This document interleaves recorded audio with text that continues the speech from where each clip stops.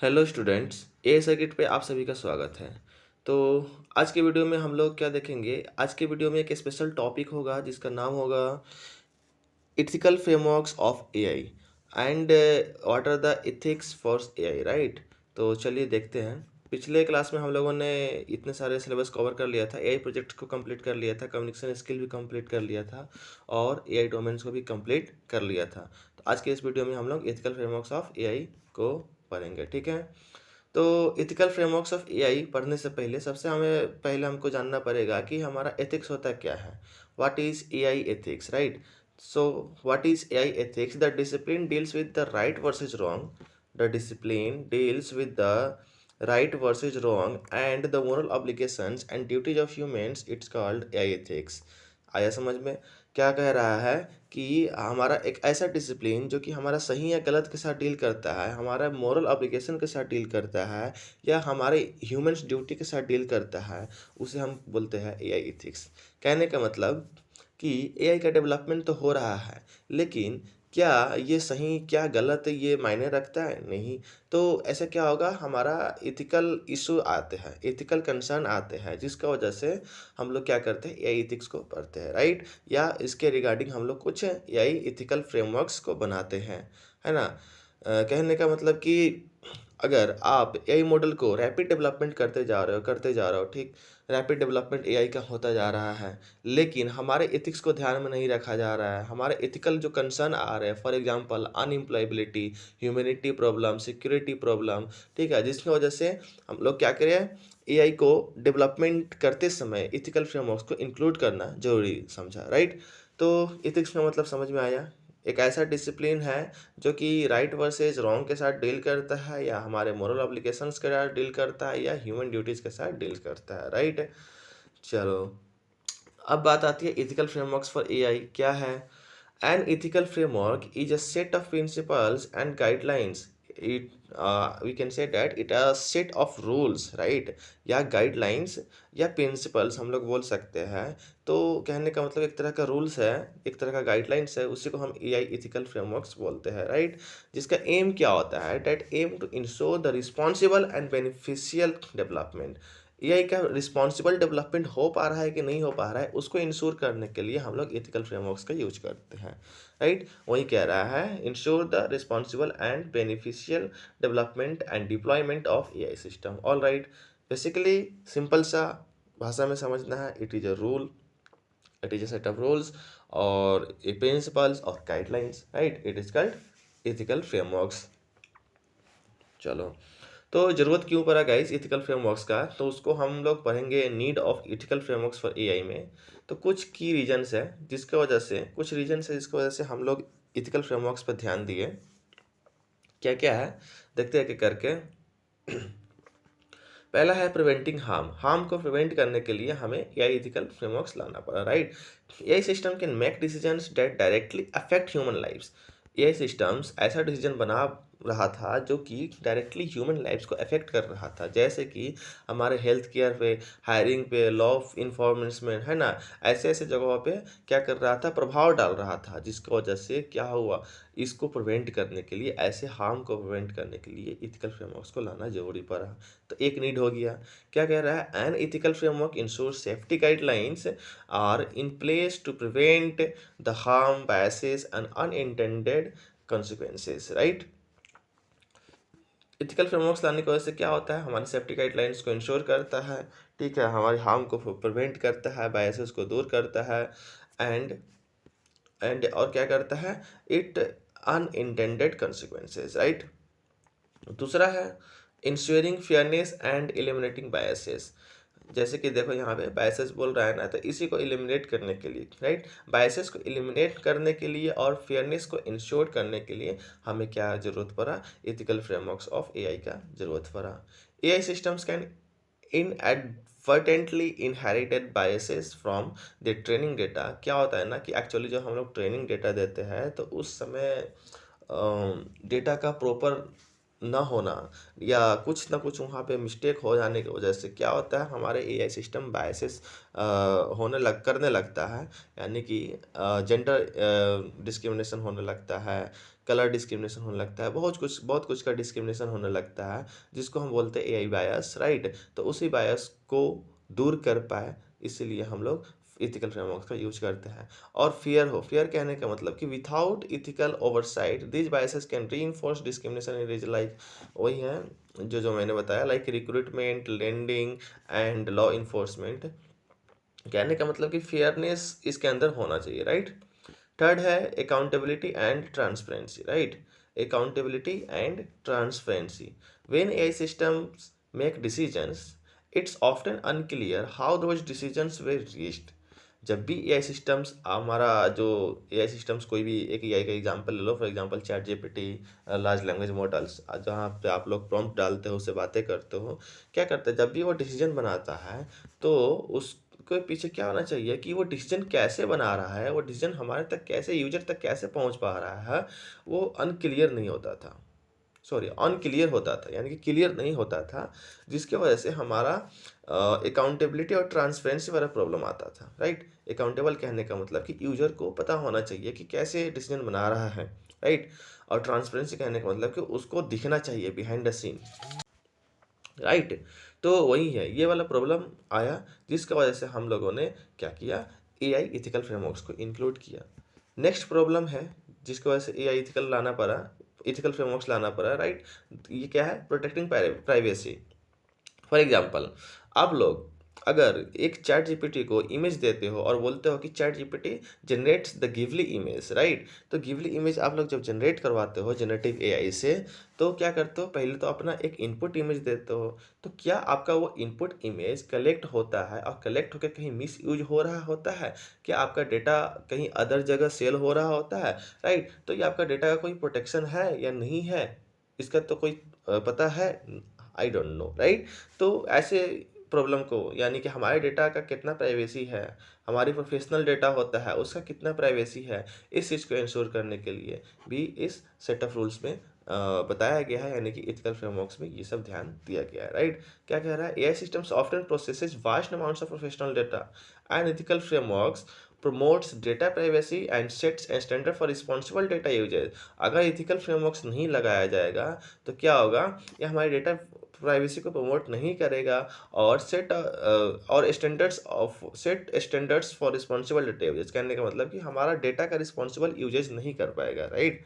हमारे इंडिविजुअल्स को प्रोटेक्ट नहीं कर पाएगा, राइट। वही सब लिखा हुआ है, सर्विलेंस और miss use of personal information, all right. And the last one is respect for human autonomy. हम ह्यूमंस का ऑटोनॉमी का रिस्पेक्ट नहीं हो पा रहा था, एआई का डेवलपमेंट होने की वजह से ह्यूमन का ऑटोनॉमी का रिस्पेक्ट नहीं हो पा रहा था, जिसको वजह से इथिकल फ्रेमवर्क्स में हमको लाना पड़ा, right. AI should assist not replace. AI को क्या होना चाहिए, असिस्ट होने के लिए रहना चाहिए, नॉट रिप्लेस, है ना। कहने का मतलब कि ह्यूमन का जॉब रिप्लेसमेंट, अनएम्प्लॉयमेंट बना देना ह्यूमन को, राइट। तो ये सब क्या ह्यूमन ऑटोनॉमी से आता है। Human decision making in critical areas में, जैसे कि डॉक्टर एक सर्जरी कर रहा है तो उसे क्रिटिकल एरियाज में क्या रोबोट कर पाएगा, पूरी तरह से नहीं कर पाएगा। तो ऐसे ऐसे जगहों पे भी हम रोबोट का डेवलपमेंट कर पाए, ऐसा हो नहीं सकता है। तो वही कह रहा है, respect of human autonomy and ethical framework ensures AI complements human judgement rather than overriding or manipulating it, all right। तो ये सारे कुछ एआई कंसर्न है जिसके वजह से हमको इथिकल फ्रेमवर्क्स का नीड पड़ा, और हम लोगों ने इथिकल फ्रेमवर्क्स यानी कि सेट ऑफ रूल्स या प्रिंसिपल्स या गाइडलाइंस को इसमें लाया, ताकि हमारा एआई का रिस्पॉन्सिबल डेवलपमेंट हो सके, ऑल राइट। तो यही है दोस्त, बेसिकली हमारा इथिकल फ्रेमवर्क्स फॉर एआई में कुछ ज़्यादा समझने की चीज़ें नहीं है। क्यों ज़रूरत पड़ा हमारा फ्रेमवर्क्स लाने के लिए, ये देखना है। फ्रेमवर्क्स होता क्या है, एथिक्स होता क्या है, राइट। चलो, तो अब देखेंगे कि एक और टॉपिक से छोटा सा है, छोटे से क्वेश्चन में आ सकता है, बन सकता है। क्या है, factors that influence our decision making, right. जब भी डिसीजन बनाते हैं तो क्या क्या फैक्टर्स इन्फ्लुएंस करता है, डिसीजन मेकिंग इन्फ्लुएंसिंग फैक्टर्स बोलते हैं इसको। क्या क्या फैक्टर्स होता है जो कि इन्फ्लुएंस करता है जब भी एआई डिसीजन बनाता है, राइट। तो इतने सारे कैटेगराइजेशन का फैक्टर होता है, इतने सारे कैटेगराइजेशन का फैक्टर्स होता है, ठीक है। कौन कौन सा है, decision types, environment, ethics, emotions, individual differences and barriers. Decision types में क्या होता है, जैसे कि रूटीन और स्ट्रेटेजिक, माइनर और मेजर, इंडिविजुअल और ग्रुप, अर्जेंट और नॉट। ये बताता है कि ये रूटीन है या स्ट्रेटेजिक है, राइट। डिसीजन किस टाइप्स का है, छोटा सा है या बड़ा सा है, माइनर या मेजर है, ये किसी एक इंडिविजुअल के लिए है या ग्रुप के लिए है पूरे, राइट। ये अर्जेंट है या नहीं है, ये सब चीज़ डिसीजन टाइप्स में बताता है। ये फैक्टर्स है, ये सारे फैक्टर्स जो कि इन्फ्लुएंस करता है डिसीजन बनाने के लिए। कौन सा वाला फैक्टर्स, डिसीजन टाइप्स। दूसरा है इन्वायरमेंट। इन्वायरमेंट हमारा कहाँ ध्यान रखता है, हमारे culture and values of the organisation पर ध्यान रखना है या किसी सोसाइटी के कल्चर और वैल्यूज पर ध्यान रखता है। रिस्क कैसे है उसके लेवल पर ध्यान रखता है। सर्टेनिटी वर्सेस अनसर्टेनिटी में ये डिफरेंस बताता है, ठीक है। ये हमारा आता है इन्वायरमेंट में। थर्ड है एथिक्स। एथिक्स जैसे कि ऊपर हम लोगों ने पढ़ा था एथिक्स या एथिक्स के बारे में कि क्या ये लीगल है कि नहीं है, क्या ये फेयर है कि है नहीं है, does it feel like the right thing to do morally, right. ये सब चीज़ें ध्यान रखता है हमारा एथिक्स में, ठीक। नेक्स्ट है इमोशंस। इमोशंस स्पेसिफिक इन्फ्लुएंसेस, है ना। Emotion specific, minimising negative emotions, regret भी इसी में आता है गाइस, राइट। उसके बाद इमोशनल अटैचमेंट भी इसी में आता है। तो ये सारे फैक्टर्स को ध्यान में रखना होता है, ये सारे इमोशनल फैक्टर्स को ध्यान में रखना होता है जब भी हमारा क्या होता है, एआई डिसीजन बनाता है, राइट। उसके बाद है इंडिविजुअल डिफरेंसेस। इंडिविजुअल डिफरेंसेस को भी ध्यान में रखा जाता है। ऐसा नहीं कि सब एक ही जैसा होगा, है ना। आप भी क्लासरूम में सारे बच्चे हो तो क्या है, सबका एक माइंड है नहीं, सबका ओपिनियन अलग अलग है। तो हम लोग क्या करते हैं, जब भी कोई टीचर आता है तो क्या करता है, इंडिविजुअल डिफरेंसेस का ध्यान रखता है, आप लोग को हर एक बच्चे से अलग अलग ट्रीट करके पढ़ाता है, राइट। तो उसके वैल्यूज़ को ध्यान में रखना होता है, उसके एक्सपीरियंस को ध्यान में रखना होता है, पर्सनालिटी को, systematic versus intuitive thinking styles को ध्यान में रखना होता है, और एटीट्यूड टू रिस्क को ध्यान में रखना होता है। नेक्स्ट हमारा आता है बैरियर्स। बैरियर्स यानी कि बाधाएं, राइट। तो एआई में क्या क्या बाधा है, बैरियर्स है। तो सबसे पहले तो हम सबसे इंपॉर्टेंट चीज़ देखेंगे, बायसेज होता है, राइट। एआई में क्या होता है, बायसेज होता है, यानी कि एआई डिस्क्रिमिनेट कर सकता है, राइट। दूसरा चीज़ है, दूसरा फैक्टर्स है फ्रेमिंग, अमाउंट ऑफ इंफॉर्मेशन, है ना, कि हमारा इंफॉर्मेशन कितना है नहीं है, वो इसको इन्फ्लुएंस करता है डिसीजन बनाते समय। लोग कैसा है, हमारा यूजर्स कैसा है, पीपल कैसा है, राइट। इंटरेस्ट कैसा है उसका, इमोशंस कैसा है, लिमिट्स टू रेशनैलिटी, ये सारी चीज़ें आपके बैरियर्स फैक्टर्स कहलाता है। तो इतने सारे फैक्टर्स हैं जो कि इन्फ्लुएंस करता है जब भी डिसीजन बनाने होता है, राइट। तो ये एक छोटा सा टॉपिक है, इसको ध्यान में रखेंगे। अब आते हैं हम लोग एआई इथिकल फ्रेमवर्क्स का components, right. Ethical AI frameworks components को हम बोलते हैं, यानी कि ये बोल सकते हो components of ethical frameworks of AI. The components of an ethical AI framework serve as guiding principle to ensure that AI systems are developed and used responsibly, right, fairly and safely। कहने का मतलब हमारा AI system क्या हो, develop किया जाए, ऐसे तरीके से डेवलप किया जाए जो कि रिस्पॉन्सिबल हो, फेयर हो एंड सेफ हो, राइट। सेफ कहने का मतलब जैसे कि ऊपर हमने प्रॉब्लम देखा था ना, कि हमारे प्राइवेसी क्या है, प्रोटेक्शन क्या है डेटा का, हमारे प्रोफेशनल डेटा होते हैं उसका यूजेज कैसा कर रहा होगा वो। तो उस तरह को प्रॉब्लम को दूर करने के लिए ये सारे कंपोनेंट्स का यूज करके हम लोगों ने क्या किया, उसमें एथिकल फ्रेमवर्क्स में इंक्लूड किया। कुछ कंपोनेंट्स हैं जिसको देखते हैं। पहला ट्रांसपेरेंसी। ट्रांसपेरेंसी क्या कहता है, AI system should be understandable, AI system should be understandable and explainable. कहने का मतलब कि हमारा जो भी एआई मॉडल हो ना, वो कैसा होना चाहिए, वो यूजर्स को समझ में आना चाहिए, अंडरस्टैंडेबल होना चाहिए, और यूजर के पास एक्सप्लेनेबल होना चाहिए। उसके पास क्लियर डॉक्यूमेंटेशन होना चाहिए कि how AI models work and why decisions are made. कहने का मतलब जब भी आप कोई मशीन खरीदने जाते हो ना, तो एक मैनुअल मिलता है आपको, डॉक्यूमेंटेशन, एक किताब मिलता है ना मैनुअल, कि हाउ ये मशीन कैसे काम कर रहा होगा, है ना, इसमें यूजर कैसे इसको ऑपरेट कर रहा होगा, है ना। तो वो यूजर मैनुअल होता है। लेकिन इसका डॉक्यूमेंटेशन क्या कहेगा, कि इस डॉक्यूमेंटेशन में इंक्लूड होगा कि हमारा एआई मॉडल्स कैसे काम कर रहा है और डिसीजन कैसे बनाता है, जिससे क्या होगा, यह हमारे यूजर के सामने ट्रांसपेरेंट होगा, राइट। दूसरा है फेयरनेस एंड नॉन डिस्क्रिमिनेशन। जैसे कि बायसेस होता है ना, तो बायसेस डिस्क्रिमिनेट क्रिएट करता है। तो इथिकल फ्रेमवर्क्स लाने के बाद ये कंपोनेंट्स को हम लोग इंक्लूड करते हैं कि ये क्या होना चाहिए, नॉन डिस्क्रिमिनेशन होना चाहिए, और क्या होना चाहिए, फेयरनेस होना चाहिए, ठीक है। AI must avoid biases related to race, gender, age और अदर पर्सनल कैरेक्टरिस्टिक्स। क्या करता है, ये बायसेस को इनवाइट करता है, सॉरी बायसेस को अवॉइड करता है। कौन से बायसेस का? जैसे कि रेस, जेंडर, एज और अदर पर्सनल कैरेक्टरिस्टिक्स वाले, right. System should be audited for biased outcomes and train on diverse data sets. Next क्या है? Privacy and data protection, right. Third number आपका थर्ड कंपोनेंट्स है privacy and data protection.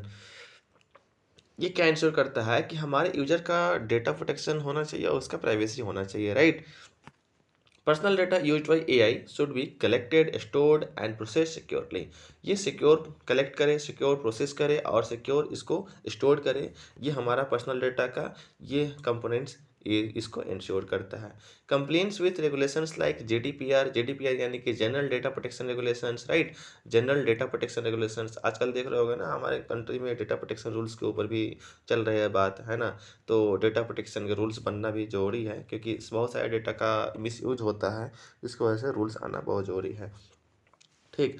तो ये चीज़ को ensure करता है हमारा privacy and data protection. Next है four component, that is human centric approach. AI का डेवलपमेंट हो गया, राइट। तो ऐसा नहीं कि AI मशीन अपने तरीके से अप्रोच लगाए, नहीं, ऐसा नहीं बनाना है हमारे AI को। हमारा AI जब स्टार्ट हुआ था तो गोल क्या था? ये बिल्कुल ह्यूमन की तरह सोचना चाहिए, ह्यूमन की तरह काम करना चाहिए। तो फिर हमारा AI मॉडल क्यों अलग अलग तरीके से डिस्क्रिमिनेट कर रहा है, किसी को बायसेस क्रिएट हो रहा है इसमें? नहीं, ऐसा नहीं होना चाहिए ना। तो इसीलिए इस फ्रेमवर्क्स में इंक्लूड किया गया है कंपोनेंट, जिसको बोला गया है ह्यूमन सेंट्रिक अप्रोच। कहने का मतलब इसमें जो AI डिसीजन बनाएगा बिल्कुल इंसान की तरह बनाएगा, ह्यूमन सेंट्रिक अप्रोच इसमें होगा, राइट। तो systems should not replace essential human decisions, जो कि हमारा ह्यूमन डिसीजन है उसको रिप्लेस नहीं करेगा इन सेंसिटिव एरियाज। क्या है? लाइक है डॉक्टर किसी सर्जरी को परफॉर्म कर रहा है, ठीक है, या कोई पायलट किसी प्लेन को लैंड करा रहा है, तो ऐसे ऐसे क्रिटिकल एरियाज में क्या करेगा? ह्यूमन सेंट्रिक अप्रोच, यानी कि ह्यूमन वहाँ पे डिसीजन को बना पाएगा, AI क्या करेगा? डिसीजन को नहीं बनाएगा। यानी कि ह्यूमन को AI क्या करेगा? रिप्लेस नहीं करेगा।